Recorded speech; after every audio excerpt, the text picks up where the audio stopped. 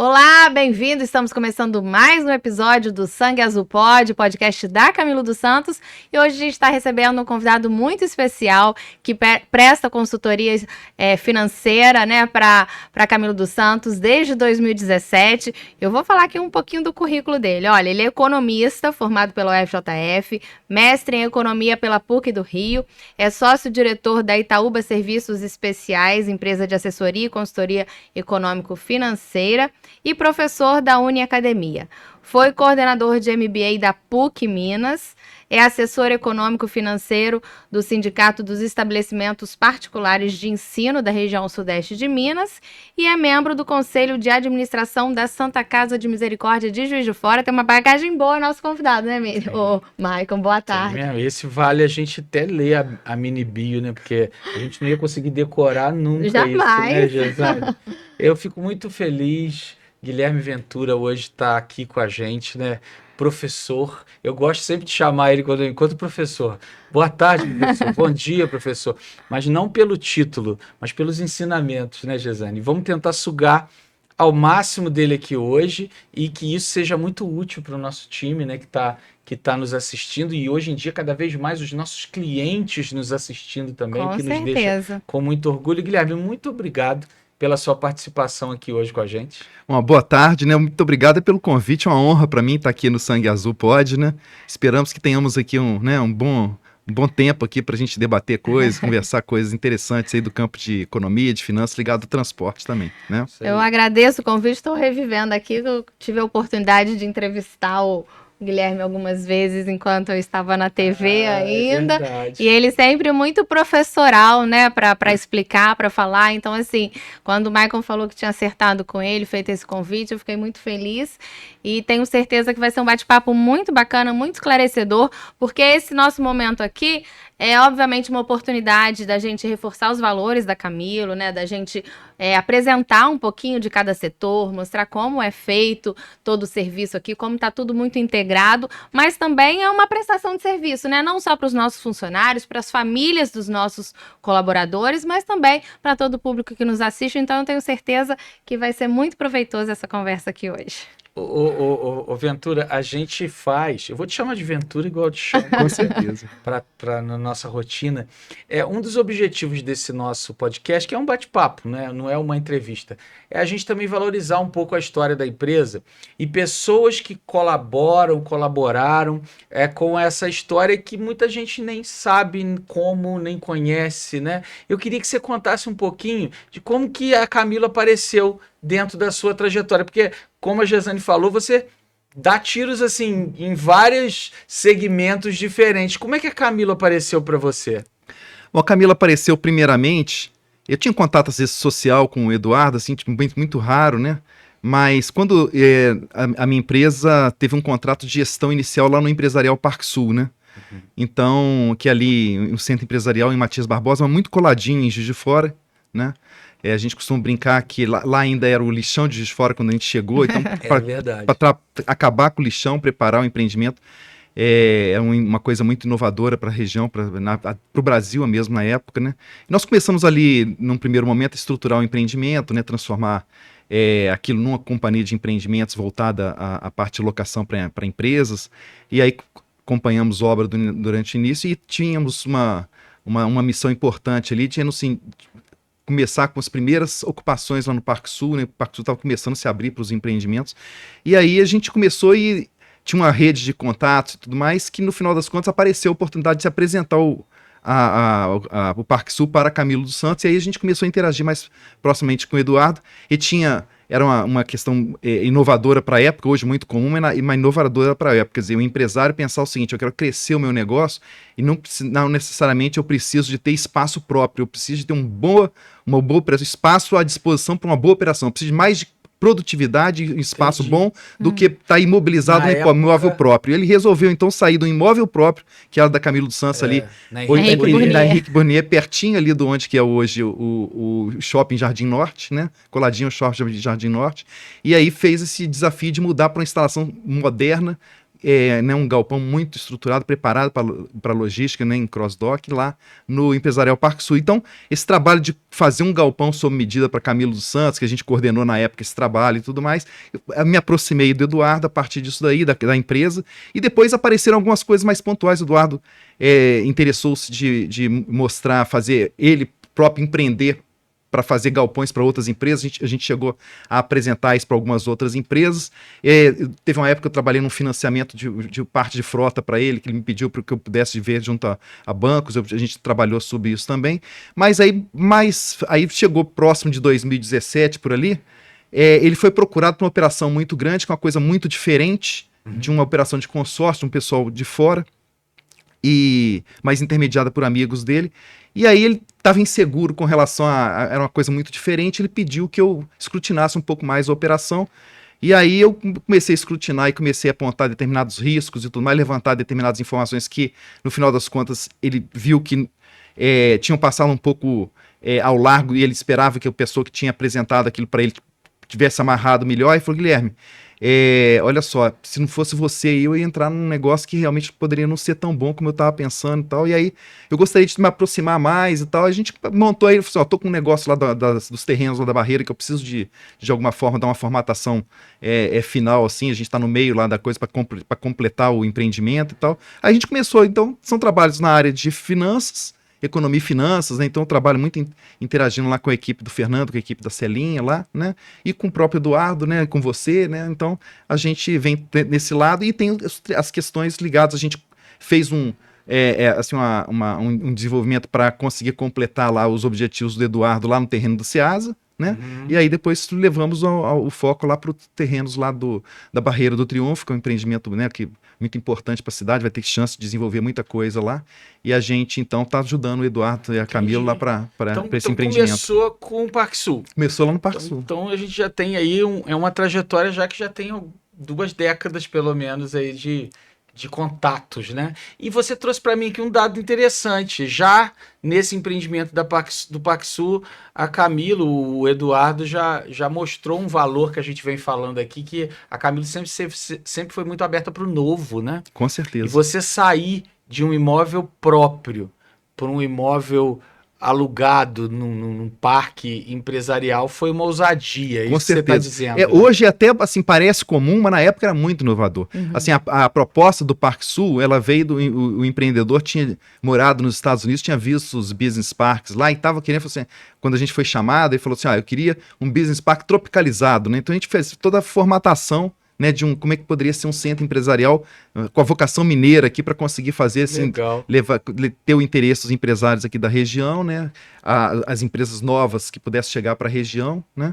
Então, e a Camilo foi uma das primeiras lá, né? A gente observa as fotos lá até na carreta, tem. Né? Exatamente. Como grande, assim, tinham as empresas menores, um pouco mais próximo da portaria, mas assim, a grande empresa que no final das contas, para aquela parte mais alta ali do empreendimento, foi a Camilo dos Santos, né? Que bacana. E durante esse período, e hoje você cumpre bem esse papel, o Ventura é como se fosse meio que um oráculo, né? A gente chega para conversar com ele e pergunta para ele sobre alguma tendência, o estudo sobre determinado número.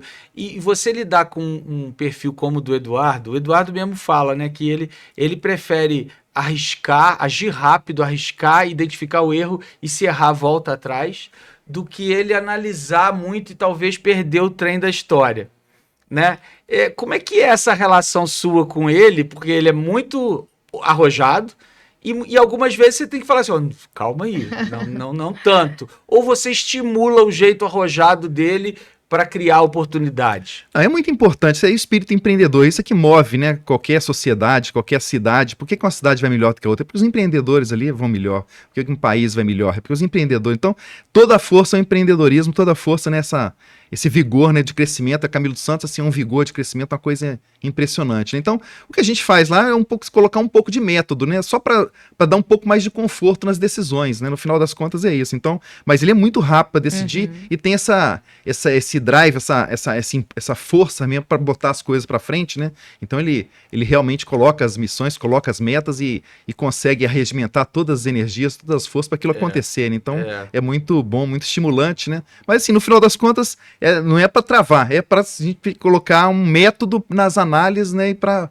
direcionar, exatamente. Pavimentada na estrada, exatamente. Né? Dá um pouco mais de conforto para as decisões. Né? Guilherme, vamos começar a falar um pouquinho aqui. A gente tem algumas perguntas também que a gente fez com colaboradores aqui da empresa, de várias unidades. Mas eu peguei alguns dados aqui.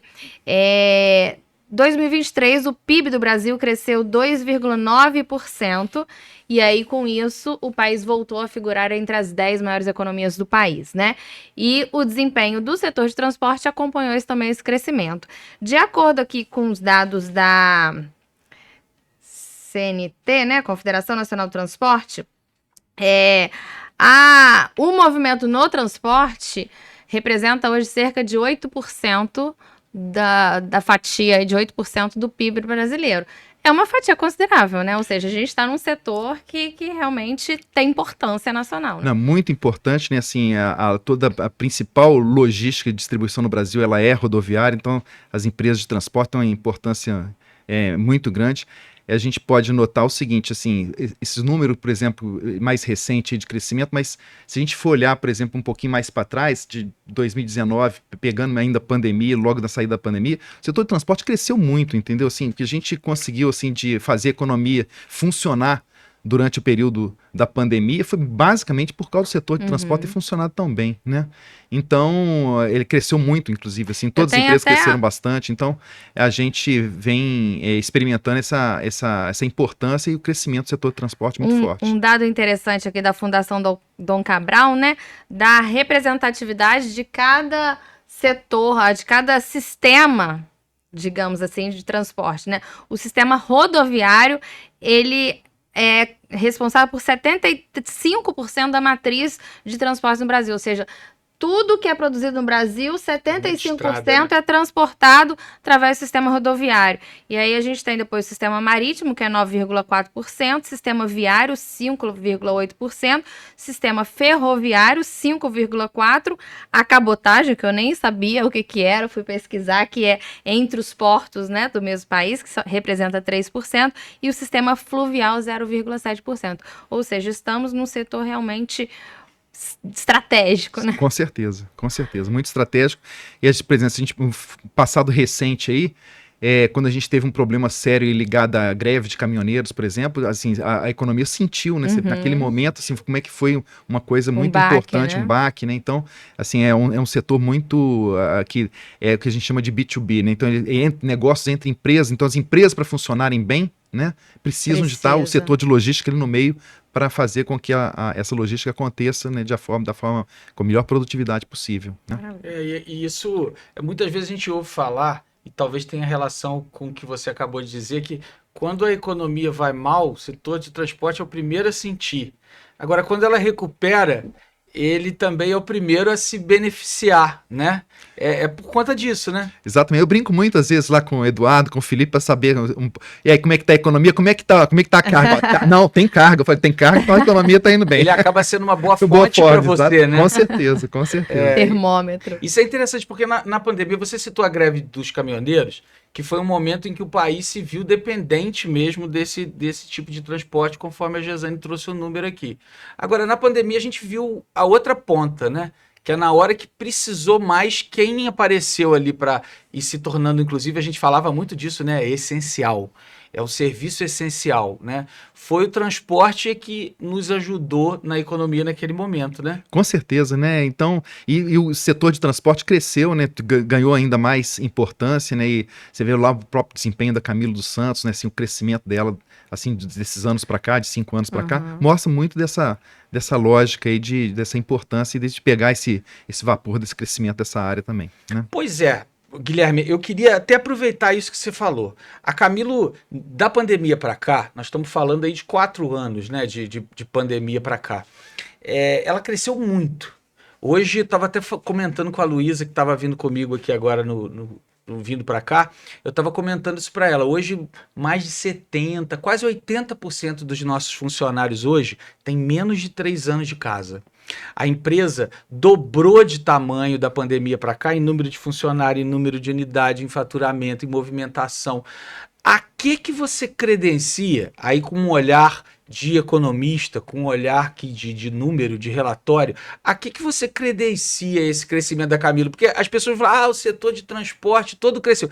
Cresceu mesmo, mas nós crescemos mais. Por que você acha que isso aconteceu? Bom, teve uma visão, né, da alta direção da empresa naquele momento da pandemia, que no final das contas teve o home office, né, muitas pessoas colocadas até mesmo à disposição, né? Mas o que acontece é o seguinte, lá a gente viu lá na Camilo dos Santos um trabalho muito grande, seguinte, olha, a gente tem que fazer um esforço comercial muito grande, se apresentar, porque vai precisar, teve essa visão de que ia precisar de um setor de transporte dinâmico para justamente nessa essencialidade poder funcionar bem, né? Então a Camilo, ela se mostrou uma parceira muito importante dos seus clientes, né, e prospectou muito naquela época, enquanto estava todo mundo fechado e reclamando, né? A Camilo estava prospectando fortemente, né? Então esse foco na área do comercial, o foco na área do atendimento, né? Da produtividade para atender bem nesse momento tão importante, fez com que a Camilo se destacasse cada vez mais, né? E com esse crescimento, né, pudesse ter esse desempenho que você está falando aí, que é exatamente isso, uma coisa puxando a outra, né? Frota, os investimentos em frota foram enormes também nesse período, né? É que tem a ver com aquilo que você falou, né? De você se arriscar, de você se ser mais veloz. A turma estava reclamando, a gente estava lá vendendo lenço. Perfeito, Ousado, perfeito. né? Exatamente. Agora, não é fácil isso no Brasil, né? Você é um estudioso da economia. É difícil crescer no Brasil, é difícil você empreender no Brasil, né? A gente tem muita regulação, muita limitação. Como que você avalia esse cenário hoje de empreendimento no Brasil, Ventura? Olha, a economia, assim, está até olhando em relação ao passado recente, a gente veio depois da pandemia, depois daquele choque da pandemia, a gente veio num crescimento melhor do que estava até antes da pandemia, né? A nossa taxa de crescimento hoje, nos últimos 3 anos, está na casa de 3%, 2,9%, 3%, que é mais do que a gente vinha, e na verdade já está rodando hoje o que a gente chama assim, acima do potencial. A gente está, é como se fosse aquele caminhão de carro que está andando acima do peso, então daqui a pouco vai começar a dar problema no freio, vai dar problema na suspensão, então é porque ele está andando acima do peso. Uma economia, quando ela anda acima do potencial dela, ela começa a dar problema, inflação, né? E outros problemas que podem acontecer, né? Então, essa economia que amplia as oportunidades quando ela cresce, né? Mas é uma economia que precisa de muita coisa para ser consertada. E ela vem consertando algumas coisas, mas de forma devagar, né? Mais recentemente, a gente tem essa questão uma esperança grande na reforma tributária, porque um problema sério que a gente tem é a complexidade do nosso sistema tributário. Principalmente, né, uma empresa igual a Camilo, que opera em vários estados, né, nos estados mais importantes da federação, aqui no sudeste de Minas, né, no sudeste do Brasil. Então, quer dizer, toda a operação interestadual, com muitos fiscos envolvidos, com muitos estados envolvidos, ela é complexa. Empresas que operam no Brasil inteiro, por exemplo, é mais complexo ainda, mas tudo isso está para mudar a partir da reforma tributária, e a reforma tributária está com esse viés de negócios entre empresas ficarem na parte tributária mais simplificada e menos onerosa, né? Então está todo o cenário para isso. Então isso viria a beneficiar a Camilo dos Santos nesse sentido, assim como todas as empresas que são B2B, né, que fazem negócios entre empresas, teriam um vetor de melhoria, de facilidade de fazer negócio aí com a reforma tributária. Então a gente está tirando um pouco dessa poeira que estava aí dessa questão tributária para ver se ela realmente abaixa, para ficar melhor ainda para o ambiente de negócio, né? E na sequência disso, uma outra coisa importante, essa é mais difícil, né? É a gente transitar para um país com taxas de juros menores, né? Porque a gente tem uma taxa de juros muito alta e essa é danosa para empreendimentos, danosa para os empreendedores, porque trava mais a economia, né? Mas o que acontece é o seguinte, é muito difícil você convencer, principalmente os políticos, de que para você ter taxas de juros mais baixas, que você precisa de fazer o Estado gastar menos, entendeu? A gente já teve taxa de juros mais baixa no governo Temer, quando ele implantou o teto de gastos, e ele mostrou na prática como é que isso funciona. Então é o seguinte, olha, você controla bem gastos, e na sequência você vai conseguir trabalhar com taxas de juros mais baixas.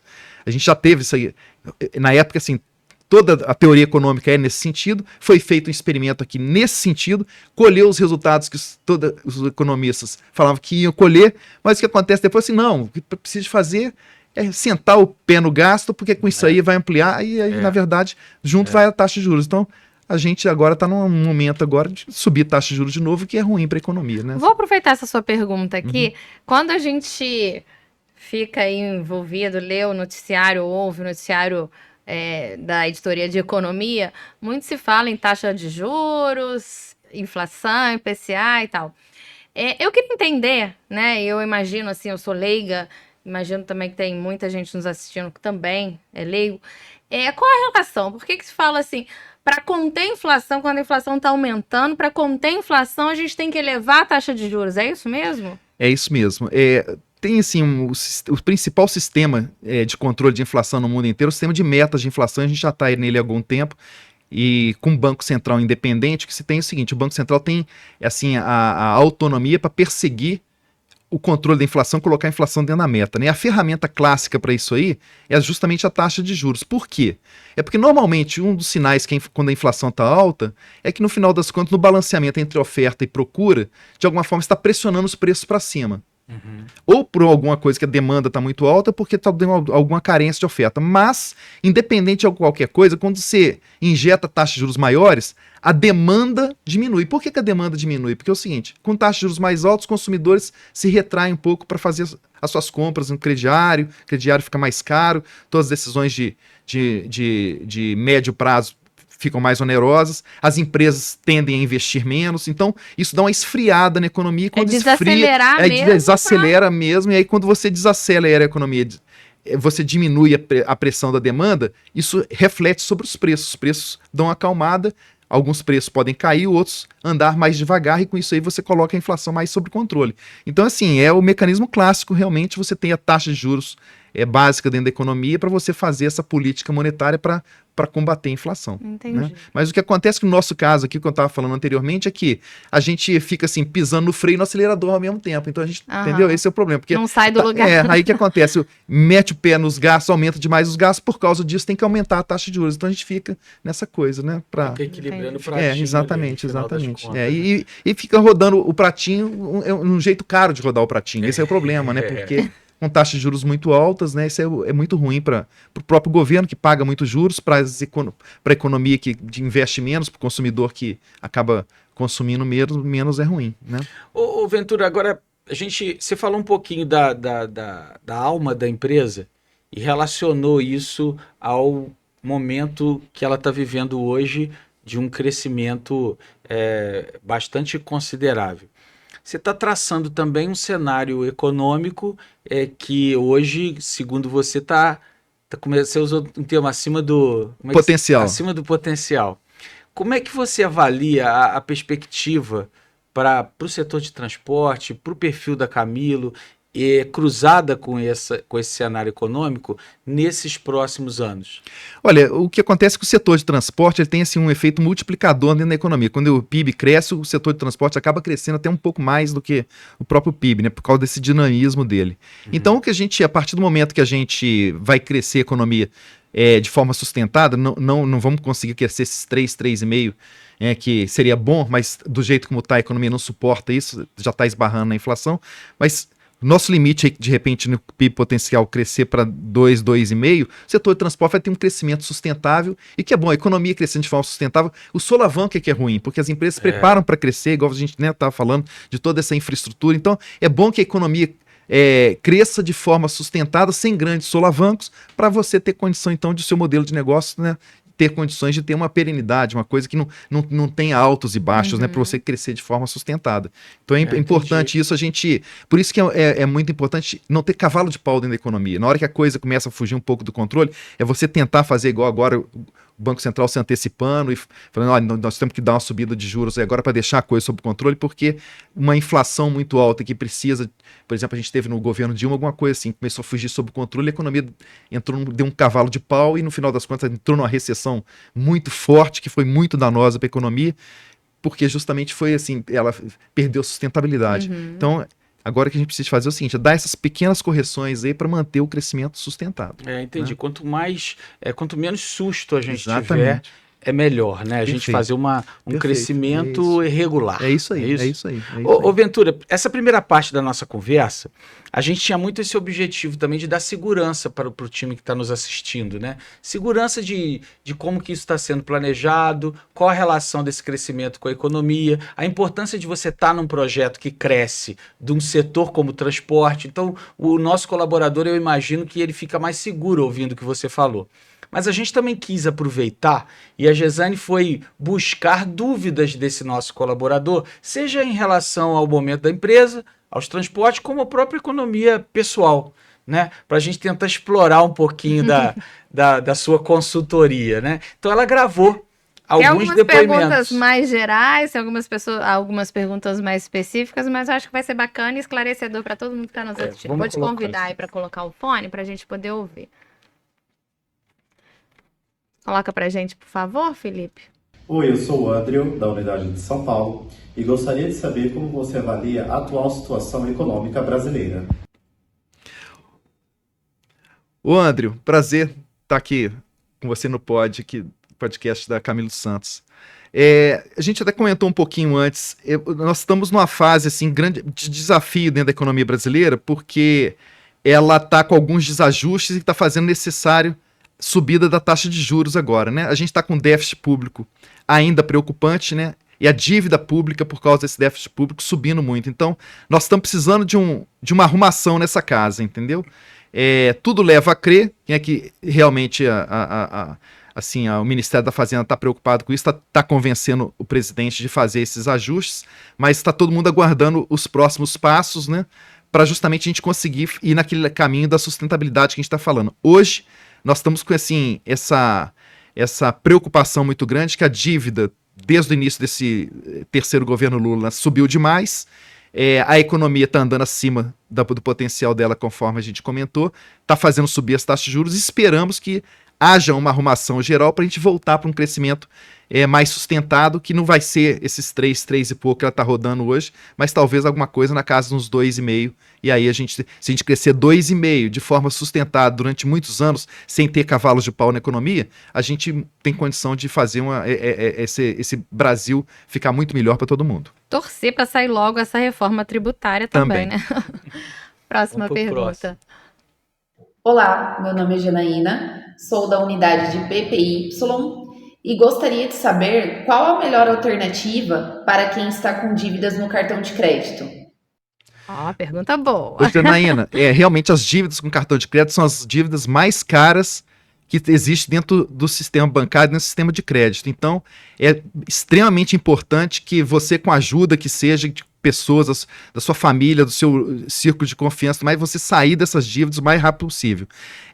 Para você ter uma ideia, por exemplo, se você conseguir, junto ao banco que você tem, usar um crédito pessoal ou um crédito consignado, alguma coisa para você cobrir essa dívida com cartão, vai ficar para você a médio e longo prazo muito melhor. Então é como reunir as condições para você sair disso aí o mais rápido possível, mesmo que seja trocando uma dívida bem mais cara que você tem hoje por uma dívida mais barata.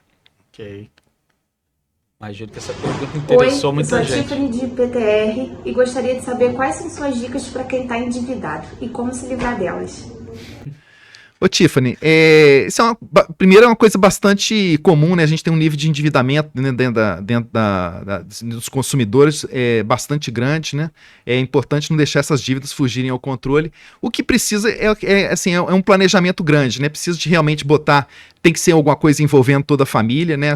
No final das contas, é um orçamento da família que precisa, porque quando tem, às vezes, um desajuste, né, entre marido e mulher ou com filhos e tudo mais, isso pode comprometer o orçamento do casal. Então precisa de realmente todo mundo planilhar todas as entradas, as saídas, como é que se gasta o dinheiro e procurar realmente fazer alguma coisa que é colocar os gastos dentro de um limite para conseguir poupar alguma coisa. É muito importante fazer algum tipo de poupança pequena, vá se acumulando, né, botar os juros a favor, trabalhar a favor da pessoa, para conseguir fazer com que tenha uma reserva de segurança, que a gente fala, para ter alguma coisa que numa emergência, né, você não tenha que entrar em fontes caras, né, como, por exemplo, ter que atrasar uma conta importante como cartão de crédito e entrar em juros muito altos. Então, assim, no final das contas, a chave para isso aí é planejamento, e um planejamento não sozinho, é um planejamento participativo. Todo mundo botar a cabeça como o orçamento da família pode ser equilibrado. Fantástico. Sou Cleiton de Patinga. Gostaria de saber se é possível investir mesmo com salário baixo. Cleiton, isso aí é um desafio grande, né? O que acontece é o seguinte, é que às vezes a gente vê pessoas assim, com renda muito pequena que conseguem, de alguma forma, poupar alguma coisa. Mas assim, num primeiro momento, a gente tem que ter o foco também, tem que poupar, mas tem que tentar aumentar a renda. Então, algumas pessoas, assim, de alguma forma, procuram, né, trabalhar com algum outro tipo de iniciativa, além do trabalho, que possa, de alguma forma, ajudar numa complementação de renda. Então, assim, também ter ao longo do tempo alguma coisa que, além do foco no trabalho, no compromisso profissional, possa também ser algum gerador de renda. É muito comum a pessoa desenvolver uma outra carreira, alguma outra coisa que ela possa ajudar numa complementação e aumentar também a formação de recursos que possam ser poupados ao longo do tempo também. Eu vou aproveitar a pergunta do Cleiton com a da Tiffany anterior. Quando você falou assim, poupar nem que seja um pouquinho, quando você fala poupar, esse poupar seria na poupança mesmo? Não, na verdade a poupança até ao longo do tempo ela vem diminuindo o recurso das pessoas com o potencial que tem em outras aplicações, né? Então assim, hoje tem outros produtos financeiros, as pessoas podem, quem tem acesso a banco, né, ou mesmo que seja uma conta digital, ela pode aplicar em produtos que têm uma remuneração maior do que a poupança, em produtos que têm envolvimento com fundos DI, fundos Selic, que você tem condição de ter um rendimento melhor do que a caderneta de poupança. Beleza. Próxima. Oi, eu sou da unidade DIV e gostaria de saber qual o melhor investimento para quem consegue poupar pouco por mês. Oi, Ingrid, olha só, a gente falou, né? A primeira coisa essas reservas que a gente está fazendo é primeiro a reserva de segurança. Então, essa reserva de segurança ela deve ser colocada em alguma coisa que você não pode ficar preso durante muito tempo. Se precisar de mexer, você vai mexer. Então, num primeiro momento, nessas primeiras reservas, até, por exemplo, acumular alguma coisa com próximo de uns 6 a 8 meses do seu salário, das suas vamos dizer assim, das suas despesas, né? Isso deveria estar, por exemplo, num fundo de curto prazo, num fundo DI ou num fundo rendendo próximo da Selic, para que isso aí esteja à sua disposição para dar uma segurança para a sua caminhada, né? O que ultrapassar disso daí, aí você já pode começar a fazer alguma coisa que tenha uma perspectiva de tempo um pouco maior, um prazo um pouco maior, e muito provavelmente vai conseguir um risco maior. E com certeza você vai ter uma remuneração também um pouco maior, porque na economia a gente fala o seguinte, não existe almoço grátis. Para você ganhar mais, você tem que estar disposto a arriscar um pouco mais, mas faça de tal forma não te dar uma dor de barriga muito grande, com um medo muito grande, faz as coisas. E para isso é bom você ir se iniciando, né, tomando conhecimento, estudando um pouco mais, conhecendo um pouco mais sobre produtos financeiros, sobre finanças pessoais, para você se sentir um pouco mais confortável a cada momento para as suas decisões que você vai tomar. Hoje em dia na internet tem muita informação, coisa, muito conteúdo, né? Basta né? realmente a pessoa querer Por uma coisa quanto para outra, seja para sair de uma dívida ou para fazer um investimento, a gente tem uma oportunidade agora nessa reta final de ano, que é o 13º. Com certeza. Então, se eu tenho hoje um 13º e tenho uma dívida ou quero fazer um investimento, qual que caminho você apontaria para eu usar esse recurso, que é um recurso extra? Bom, primeira coisa a gente tem que analisar bem o que qual o tamanho da dívida, qual é a dívida, né? Quanto que ela está custando. Então, por exemplo, se realmente tiver dívidas que estiverem rodando, por exemplo, com cartão de crédito, com cheque especial, com um parcelamento financeiro em atraso, isso aí faz um estrago no orçamento muito grande. Então, tem que realmente usar o 13º para isso. Não adianta você direcionar o recurso para alguma coisa que vai te render próximo de por exemplo, 0,8, 0,9, 1%, e no outro lado o que está acontecendo é que tem uma operação de crédito lá, está levando 8, 9, 10% de juros ao mês. Então não adianta, você tem que sair dessa dívida cara, a primeira coisa é isso. Então se realmente as suas dívidas forem caras e está aparecendo a oportunidade do 13º, é para quitar as dívidas mesmo. Aí depois que quitou as dívidas, aí você começa realmente a fazer aquela ideia de montar a sua reserva de segurança e depois fazer alguma coisa que possa ajudar na sua independência financeira lá na frente. Ótimo. Próximo aqui. Oi, eu sou Camila da Unidade Vitória e gostaria de saber dicas para ensinar economia financeira para meu filho. Ah, que bacana. Boa pergunta. Muito interessante, Camila. Quanto antes, melhor, né? Eu acho que o pessoal fala muito a importância assim, de começar a lidar com dinheiro logo cedo, né? Alguma mesada que seja pequena, né? Que ele possa realmente saber fazer escolhas, né? Que no final das contas o dinheiro tem muito disso, né? De fazer escolha, gastar numa coisa, não gastar em outra, ter um determinado orçamento, não deixar aquele orçamento estourar, né? E conversar sobre dinheiro, né? Conversar sobre orçamento dentro de casa, de forma educativa, é muito importante, assim, ajuda muito a criança, né? Dá mais autonomia para ela, né? Então, assim, eu acho que conversar sobre dinheiro, começar com a gente sabe que hoje todo dinheiro é apertado, mas com uma mesadinha pequena, alguma coisa que possa ajudar ele a fazer as escolhas dele. Exatamente, cofrinho, né? A importância de poupar para depois comprar alguma coisa que ele goste, né? Que ele faça planos, ele possa depois cumprir os planos com aquele dinheirinho que ele juntou. Tudo isso aí é muito importante. Espero que você e ele possam usufruir bastante, assim, de conhecimentos e ele possa ter um crescimento sadio nessa área também. Tá? Bacana. Tem mais perguntas? Olá, meu nome é Karen. Eu tenho uma dúvida. É muito comum ouvirmos falar que hoje em dia não vale mais a pena financiar um imóvel, e sim alugar. Isso é verdade?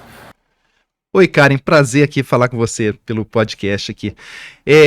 Olha, realmente essa área imobiliária, esse investimento imobiliário está sofrendo muita inovação aí, assim, ao longo do tempo, né? De uma forma geral, o que acontece é o seguinte, é que as pessoas deveriam, né, teoricamente, escolher um imóvel depois que a gente tivesse, assim, um tamanho da família já escolhido, o lugar onde que vão estar mais definido, porque é uma mobilização de recurso importante, uma decisão muito importante, né?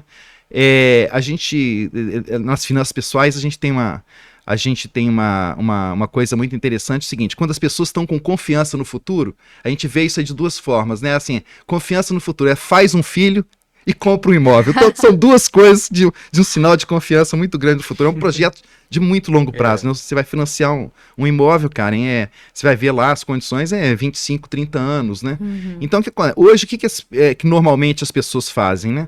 Como a vida profissional está muito dinâmica, assim, é isso que eu quero fazer, nessa cidade que eu quero fazer, com essa pessoa que eu escolhi e com esse tamanho de família, isso pode demorar um pouco de tempo. Então, você não deveria se apressar logo a comprar esse imóvel, que isso pode te engessar. E você, quando você está mais engessado, você, para fazer movimentos, às vezes você pode perder alguma coisa.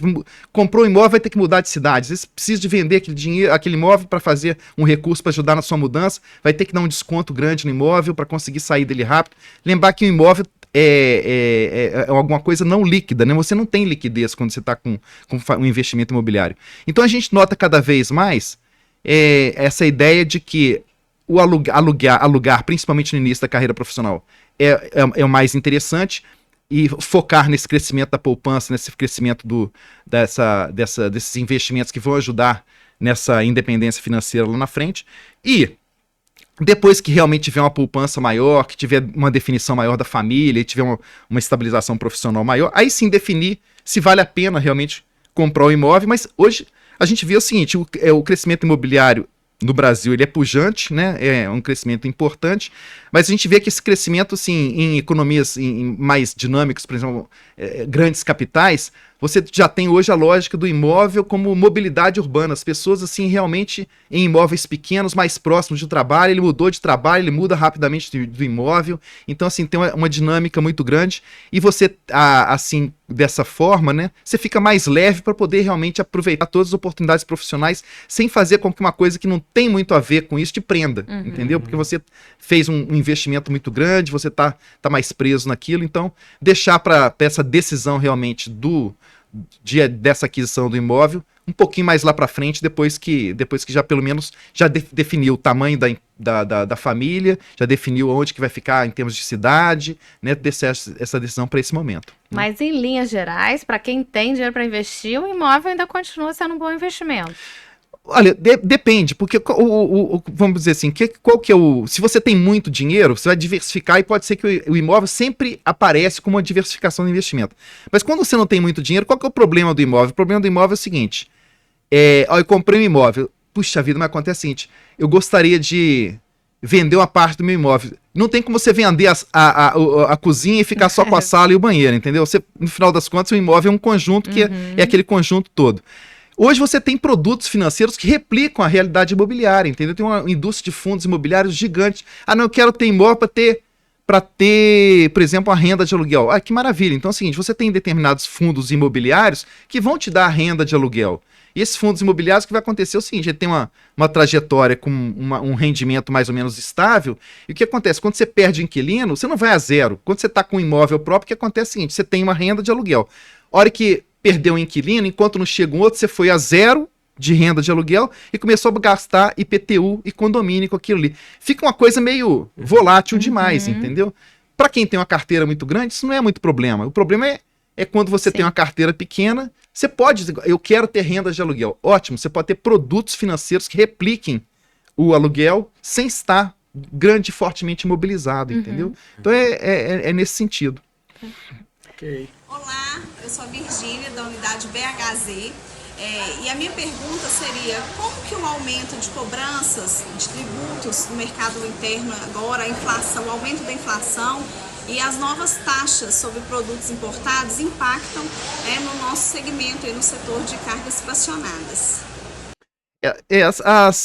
Tributo é sempre uma coisa ruim porque trava a atividade econômica, né? Mas a gente comentou aqui que a gente vai passar por uma reforma tributária um pouquinho mais à frente. No início vai ser, a gente fala curva J, piora primeiro para depois melhorar, porque a gente vai conviver com dois sistemas até a coisa melhorar lá na frente.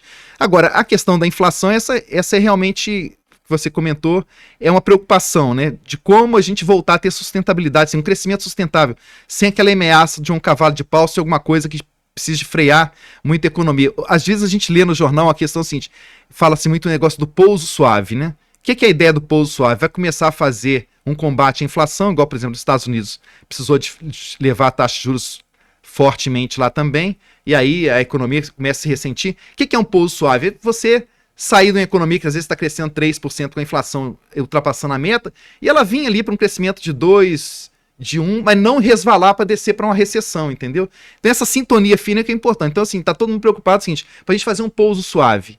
Então assim, agora, por exemplo, no Brasil, né? Vamos subir a taxa de juros, aí a economia vai se ressentir um pouquinho. O que seria o nosso pouso suave? A gente passar de um crescimento de 3 e pouco que está indo esse ano, que está estourando na inflação, que está com problemas, dando problemas em algumas cadeias produtivas, a gente diminuir isso aí para a causa de 2,5%, até a gente consertar melhor a economia para poder voltar a crescer de novo. Como é que a gente vai consertar a economia? É melhorando as questões de produtividade dela, né? A questão da reforma tributária, as melhorias educacionais, melhorias de infraestrutura, para dar robustez para essa economia poder crescer. Não adianta assim, nós vamos crescer porque o governo está gastando mais. Não adianta. O governo gastar mais, o que vai acontecer? A gente vai ter mais inflação logo ali na frente. Lá na frente, o rombo é gigante, né? Ô Ventura, a gente, com esse cenário, você até explicou aí o que a economia pode fazer para nos beneficiar. E você nem falou grandes medidas, né? Você falou assim, se a gente tiver uma regularidade desse crescimento entre 2 e 2,5, sem sobressalto, vai ser bacana. Agora, independente da forma política, econômica de condução do país, qual a dica você daria para a nossa empresa, para o nosso time, para o nosso negócio? O que a gente tem que fazer, o nosso dever de casa, independente do que o governo e a condução que ele dê nos próximos anos? A gente tem que, assim, focar no nosso, né? Não adianta o que está fora do nosso controle. A gente pode, de alguma forma, votar bem na hora que a gente puder votar, mas a gente tem que focar no nosso, focar. E aí o que acontece? O foco tem que ser, a gente conversa muito lá, né, Maico? Assim, produtividade, né? Assim, se a gente, assim, for melhor 1% a cada dia, 1% no mês, qualquer coisa que seja 1% melhor, o que vai acontecer é que a gente vai ter uma exponência disso aí, vai ter um crescimento exponencial. Então, assim, é como a gente ser amanhã melhor do que hoje, hoje melhor do que ontem. Esse é o foco que a gente conversa muito lá na companhia, né? De melhorar a produtividade de alguma forma. O Eduardo fala assim, as nossas escolhas inteligentes. Então, assim, como é que a gente pode olhar assim, estamos diante de uma escolha, vamos pensar melhor aqui, qual é a escolha inteligente que a gente pode fazer aqui para, no final das contas, beneficiar a companhia, e ela crescendo, ela vai ter melhores resultados, vai ter condições de ampliar as oportunidades para todo mundo, né? E isso eu posso puxar pela participação individual de cada colaborador, né? Se eu me proponho hoje a ser 1% que seja melhor do que eu fui ontem, eu tô colaborando para mim, tô colaborando para a empresa, tô reagindo melhor a essas intempéries aí do mercado e protegendo quem eu mais amo, que é a minha família, meus sonhos, né? É a lógica por aí? Exatamente, a lógica é essa daí, e espírito de time, né? Que na Camilo tem muito também, né? Agora, eu participei pela primeira vez lá da corrida, mais de perto, assim, para acompanhar mais de longe, mas agora mais de perto, fui na corrida e realmente é uma vibração muito grande, você vê a energia que aquilo tem. Então, assim, que essa energia, né, possa realmente fazer essa corrente cada vez mais forte para prosperar cada vez mais. Né? Maravilha. Bacana. Bom, nosso tempo se esgotou. A gente sempre dá uma lembrancinha aqui para marcar, selar a sua participação aqui, tá? A gente aproveita para agradecer, né, Maicon, a sua presença aqui, sempre muito simpático e muita informação bacana, de uma forma dinâmica, didática, que eu acho que tenho certeza que todo mundo em casa conseguiu apreender. Michael, Gesane, olha, foi uma honra para mim, um prazer. Passou muito rápido, muito obrigado. Muito obrigado. Foi meu primeiro podcast, entendeu? Uma estreia. Muito bom. Agradecer toda a atenção de vocês, o carinho aí pelo convite. Então, vamos junto, é isso aí. Eu te agradeço muito, Ventura, ter disponibilizado esse tempo aqui para nós, né? É um tema que, a princípio, as pessoas acham complexo, é pesado, mas eu acho que você soube traduzir e chegar isso até o nosso colaborador, o reflexo disso para o nosso cliente. Acho que foi muito, muito valioso, muito, muito valioso mesmo. E até peço ao nosso time que quem tiver dúvida, igual aí a turma que a Gesane acionou, quem tiver dúvida pode repassar para a gente aí nos comentários ou mesmo no WhatsApp, que a gente vai passar para o Ventura e eu tenho certeza que ele vai responder. A gente pode ir criando essa rede também dentro da economia da nossa empresa. Vai ser um prazer. Muito obrigado mesmo. Obrigado a vocês, tudo de bom. E a você que nos assistiu, muito obrigada pela audiência. Aproveita e compartilha aí, gente. Tenho certeza, né, que esse bate-papo aqui é importante para toda a sua família, né? Fica a dica aí para você que é pai de criança pequena, já começa essa educação financeira desde cedo, né? E a importância, como ele falou aqui, de estar tudo ali balanceado, né? As contas do marido com a da esposa. Então, assim, esse equilíbrio familiar, realmente, todo mundo contribuindo para a saúde financeira da família, isso é muito importante. Então, tenho certeza que foi muito proveitoso. Se você gostou, compartilha e até a próxima. Até mais, pessoal!